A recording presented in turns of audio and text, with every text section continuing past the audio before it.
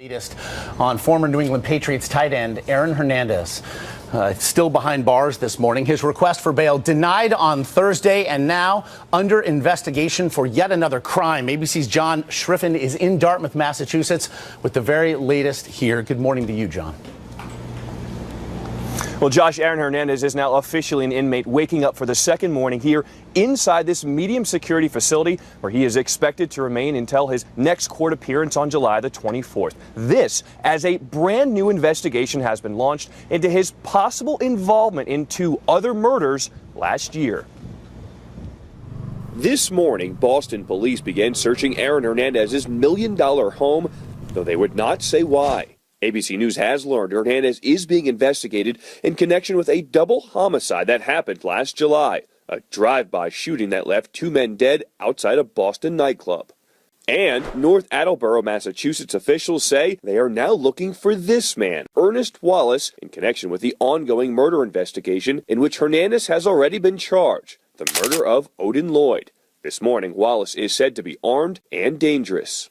Meanwhile, Hernandez, the former New England Patriot, is waking up here in a 7 by 10-foot cell where he'll stay until he stands trial for what prosecutors call the elaborate execution-style murder of Odin Lloyd, a 27-year-old semi-pro football player found dead June 17th. Hernandez has pleaded not guilty. Overnight, in an exclusive interview with ABC News, Lloyd's sister said her family's focus is on remembering her brother and did not want to talk about Hernandez or the investigation. It's confusing. I don't think there's anything that any man can do to have their life taken away. There's no way to escape the harsh reality that's going on right now. Aaron Hernandez. On Thursday, Hernandez's lawyer requested bail for a second time, but again, the judge denied it. I'm going to deny the defendant's petition. The Hernandez camp suggesting his high profile is leading to special treatment.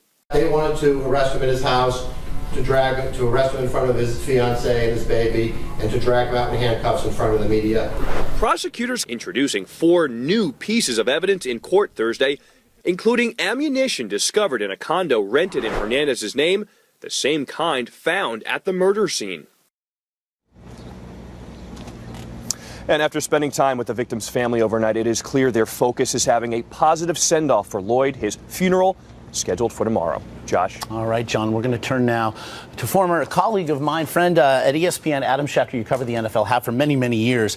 And a lot of people wondering now, Adam, there seem to have been so many red flags with Aaron Hernandez. How did he get drafted? How did he become a member of a team and stay with that team, leading what looks like now a double life? Josh, here's what I was told from the Patriots. This was a guy who basically had the devil on one shoulder and the angel on the other. And all along, they knew the devil could win out.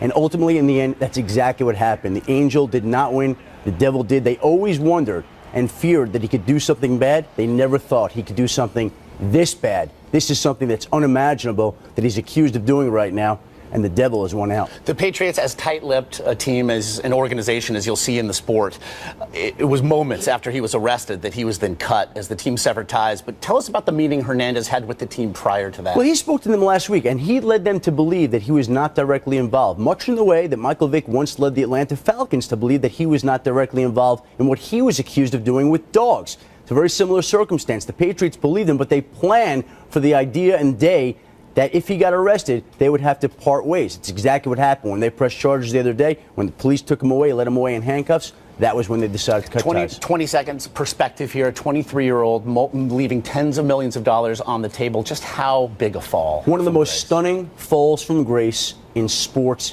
history. Somebody at the top of his profession who now is facing a life behind bars.